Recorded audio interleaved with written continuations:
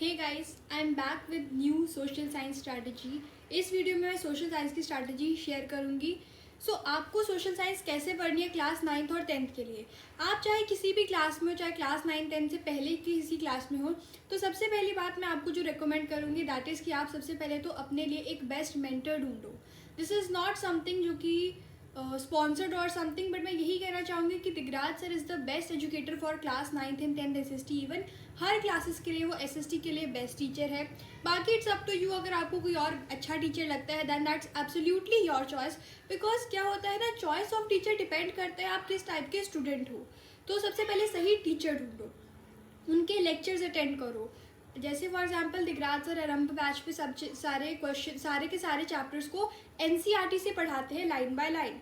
तो अगर आपको वो टीचर सही लगते हैं तो आप उनका बैच परचेज करके उनके लेक्चर्स देख सकते हो, या फिर PW के टीचर्स का, या फिर किसी और टीचर का आप अपने लोकल एरिया के किसी ट्यूशन टीचर का लेक्चर्स वगैरह अटेंड कर सकते हो रोज़ वहाँ पर जाकर। या फिर अगर आपको आपके स्कूल का टीचर ही सही लगता है कि उनका पढ़ाया हुआ भी बढ़िया है, उनका समझ में आता है, तो आप लोग उनसे लेक्चर्स को समझ लो। बेसिकली पहला कंसेप्ट आपका यही रहना चाहिए कि आप लोग NCERT को बहुत अच्छे से समझ लो लाइन बाय लाइन किसी टीचर के द्वारा, सो दैट आपको कंटेक्स्ट क्लियर हो जाए कि चैप्टर है किस बारे में। फिर जैसे फॉर एग्जांपल आपने एक दिन NCERT का एक लेक्चर लगाया तो उसमें एक टॉपिक कंप्लीट हो गया। फिर NCERT को ओपन करो और उसको थॉरली रीड करो। अब रीड करना कैसे है, आपने एक लाइन या एक पैराग्राफ पढ़ा, आप उसको अपने इमेजिनरी स्टूडेंट्स को समझाओ कि आपको क्या उस पैराग्राफ को पढ़ के क्या चीज़ समझ में आई है। ठीक है, I used to do this a lot and मेरे को तभी कंसेप्ट को बहुत अच्छे से अंडरस्टैंडिंग हुई है। आपको भी यही चीज़ करनी चाहिए कि आप लोग एक पैराग्राफ को रीड करके ऐसा इमेजिन करो आपके सामने इमेजिनरी स्टूडेंट बैठे और आप उनको पढ़ाओ कि आपको क्या चीज़ उससे समझ आई है। आप बार बार उस चीज़ को रिपीट करोगे, आपके माइंड में वो बैठती जाएगी। ठीक है, तो आपने जो भी कंसेप्ट समझ लिया आप उनको एक्सप्लेन करना। फिर उसके साथ साइड बाय साइड आप नोट्स भी बनाते रहना। फॉर एग्जांपल आपने एक पैराग्राफ रीड किया तो अपनी नोटबुक ओपन करी, उसमें नोट्स बनाते गए, क्या क्या पढ़ा, क्या आपको याद है।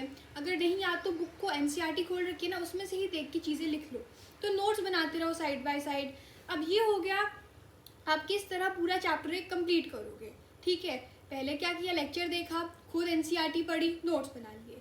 नाउ इट इज़ टाइम कि आप लोग अपने रिवीजन पे फोकस करो। एक बार चैप्टर कर लिया, अच्छी बात है, दोबारा NCERT पढ़ने की ज़रूरत नहीं है, क्योंकि आपने नोट्स बना लिए। उन नोट्स में NCERT का सारा कंटेंट आपने ऑलरेडी डाल दिया। मेक श्योर कि आप लोग अपने नोट्स में NCERT का कंटेंट डालो। NCERT की जो लाइन्स होती हैं उसमें से जो कीवर्ड्स होते हैं आप उनको नोट करो। जो फिलर वर्ड्स हैं उनको इग्नोर करके जो मोस्ट इंपॉर्टेंट वर्ड्स है, जो कीवर्ड्स है, आप उनको अपने नोट्स में इंक्लूड करना और उनको अपने माइंड में प्रिंट कर लेना एक तरह से। ठीक है, तो जब आपको अब रिवीजन करनी है, फॉर एग्जांपल आपका एक क्लास टेस्ट आ रहा है, आपको उसके लिए रिवीजन करनी है, तो आप लोग क्या करोगे। सबसे पहले आप लोग यूट्यूब पे किसी भी टीचर का रैपिड रिवीजन वीडियो देख लो। सनलाइक स्टडी है, दिगराज सर हैं, और भाई की पढ़ाई है, और डिफरेंट यूट्यूब चैनल्स हैं। आप उनमें से किसी एक का रैपिड रिवीजन वीडियो देख सकते हो। आप पहले वो 10 मिनट्स की 20 मिनट्स की एक वीडियो देख लोगे, उसके बाद आप लोग जो है नोट्स रिवाइज कर लोगे। आपने नोट्स बनाए हैं, उसमें आपने NCERT के एग्जैक्ट वर्ड्स और फ्रेजेस लिखे हैं, आप उन एग्जैक्ट वर्ड्स और फ्रेजेस को याद रख लेना। That is how you can revise a particular chapter. फिर उसके बाद बात आती है क्वेश्चन प्रैक्टिस की, which is very important step. अब क्या करना है इसके लिए, सबसे पहले तो SST की गाइड्स मिलती हैं। आपके स्कूल में कोई ना कोई गाइड्स वगैरह लगाई होंगी। हमारे स्कूल में एवरग्रीन लगवाई गई थी, हो सकता है आपके स्कूल में कोई और लगाई हुई हो, जैसे कि एग्ज़ाम आइडिया है, एवरग्रीन है, Educart, Oswaal, different question banks and refresher guides वगैरह आती हैं। तो उनमें से आपको एक परचेज कर लेना, स्कूल वाले लगाई हो तो वो यूज़ कर लेना। उसमें हर क्वेश्चन के आपको आंसर दे रखे होंगे। NCERT क्वेश्चन भी होंगे, PYQs होंगे, कॉम्पिटेंसी बेस्ड क्वेश्चन होंगे। सो आप सबसे पहले उस क्वेश्चन को पढ़ो, उसके बारे में आंसर सोचो। आपने चैप्टर पढ़ा है, आपको उसकी अंडरस्टैंडिंग है, so you have to think how you can answer this question. आपको आंसर SST में हमेशा पॉइंट्स में ही करना है, there is no other option. Points में नहीं करोगे तो मार्क्स कटने ही कटने हैं, इसलिए आपने आंसर हमेशा पॉइंट्स में लिखना है SST में। तो आप लोग उन पॉइंट्स के बारे में सोचो क्वेश्चन को पढ़ने के बाद। अगर आपने जो पॉइंट्स सोचे वो सही है तो इट्स गुड, अगर वो पॉइंट सही नहीं है तो आप लोग देखो आपकी कहाँ पर कमी रह गई। ठीक है ना, आप पहले सीधा आप लोग आंसर लिखने मत बैठो, आप पहले रीड करो आंसर्स को, तभी आपको समझ में आएगा किस तरीके से आंसर को स्ट्रक्चर करना है। पहले आप लोग 100-200 क्वेश्चन, मतलब जितने भी क्वेश्चन आपको बुक में दे रखे हैं, आप उनको एक बार अच्छे से थॉरली रीड कर लो ताकि आपको समझ आए how you actually have to write the answer.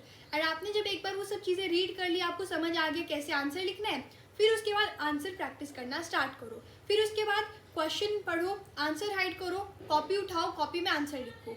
अब हो सकता है आपको समझ ना आए आपका आंसर सही है या गलत है, आप उस आंसर की पिक क्लिक करो और उसको ChatGPT या किसी और AI मॉडल पे डाल दो, उसको क्वेश्चन बता दो, चैप्टर का नेम, क्लास, वो सब बता दो, सब्जेक्ट बता दो।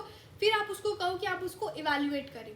क्वेश्चन अगर 5 मार्क्स का है तो 5 मार्क के हिसाब से उसको कह दो। फिर वो आपको डिटेल एनालिसिस दे देगा कि आपको उसमें से 5 में से कितने मार्क्स मिलेंगे और आपके मार्क्स यहाँ पर क्यों कट रहे हैं, आपको क्या क्या पॉइंट्स और ऐड करने चाहिए थे, क्या चीज़ आपने एक्स्ट्रा लिखी है, हर चीज़ आपको आपका AI मॉडल बता देगा।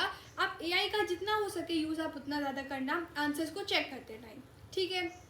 तो इस तरह प्रैक्टिस वगैरह करते रहो एंड ऐसे करते करते बीच बीच में आपके जैसे जो आपने जिस टीचर को आप फॉलो कर रहे हो वो आपको कुछ ना कुछ मटेरियल प्रोवाइड करते होंगे, जैसे कि दिगराज सर WPPs देते हैं, वीकली प्रैक्टिस पेपर, और कोई और टीचर हो सकता है वो स्कूल टेस्ट वगैरह कंडक्ट करवाता हो या फिर और कोई पेपर्स वगैरह हर सब्जेक्ट के देता हो।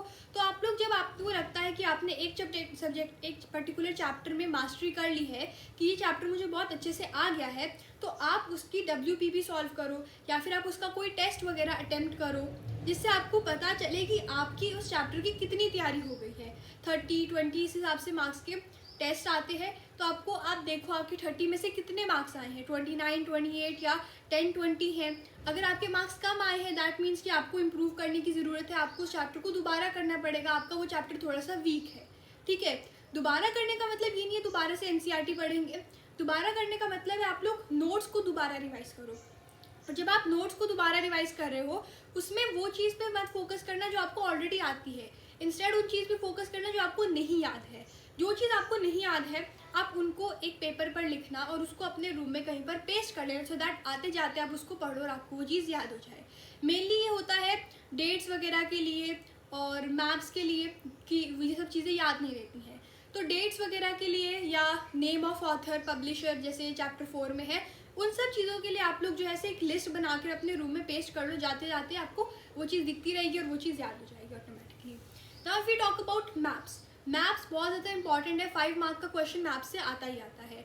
एंड मैप्स में मेनली मतलब मेरे तो मार्क्स कटते थे, तो मैप्स की प्रैक्टिस आप लोग को हो सके तो आप लोग बीच बीच में करते रहना, पर मेनली तो आपको जैसे मैप्स है, मेरे स्कूल में तो मैप्स एग्जाम से कुछ दिन पहले ही करवाए जाते थे। हो सके तो आपको अगर मैप्स पता है तो आप लोग मैप्स को बार बार रिवाइज करते रहना, उनको प्रैक्टिस करके खुद से लोकेट करके देखना, ठीक है।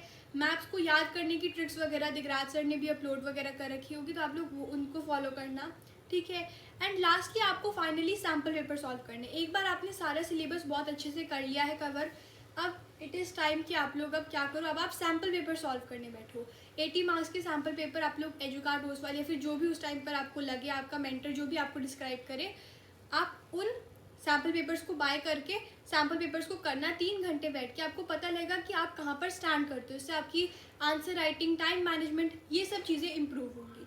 So that's all for this video. आप लोग इस तरह SST को पढ़ना एंड आई मेक श्योर आपके 80 में से 80 आएंगे। Thank you so much for watching.